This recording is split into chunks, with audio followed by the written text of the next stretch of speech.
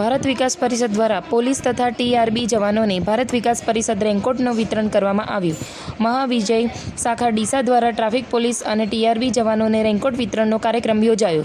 CL Solanki નાયબ police અધિક્ષક શ્રી ડીસાના અધ્યક્ષસ્થાને નાયબ પોલીસ અધિક્ષકની કચેરી ખાતે ભારત વિકાસ પરિષદ મહાવિજય શાખા ડીસા દ્વારા આયોજિત કરવામાં આવ્યો હતો. શહેરના હાઈવે અને શહેરમાં વિવિધ સ્થળોએ ટ્રાફિકનું નિયમન કરનાર ટ્રાફિક પોલીસ અને ટીઆરબી જવાનો ચોમાસામાં ચાલુ વરસાદમાં પોતાની ફરજ સારી રીતે બજાવી શકે તે હેતુથી રેનકોટનું વિતરણ ભારત વિકાસ પરિષદ મહાવિજય શાખા ડીસા દ્વારા કરવામાં આવ્યું હતું. ટ્રાફિક પોલીસ અને જવાનોને અધ્યક્ષશ્રી અને શાખાના વિવિધ પદાધિકારીઓના હસ્તે રેનકોટનું વિતરણ કરવામાં આવ્યું હતું. આ કાર્યક્રમમાં RV ડાભી, PSI ટ્રાફિક દિલીપભાઈ, કોન્સ્ટેબલ દિનેશભાઈ ઠક્કર, પ્રમુખ પ્રવીણભાઈ સાધુ, મંત્રી અમૃતલાલ પઢિયાર, ટ્રસ્ટી દિલીપભાઈ ઠક્કર, વકીલ રમેશભાઈ શાહ, ખજાનચી દક્ષાબેન જોશી, મહિલા સંયોજિકા કમલેશભાઈ રાજજ, પૂજાબેન ઠક્કર સહસંયોજિકા અને મોટી સંખ્યામાં શાખાના વિવિધ પદાધિકારીઓ સભ્યો જોડાયા હતા. આ કાર્યક્રમનું સૌજન્ય મીનુબેન ઠક્કર,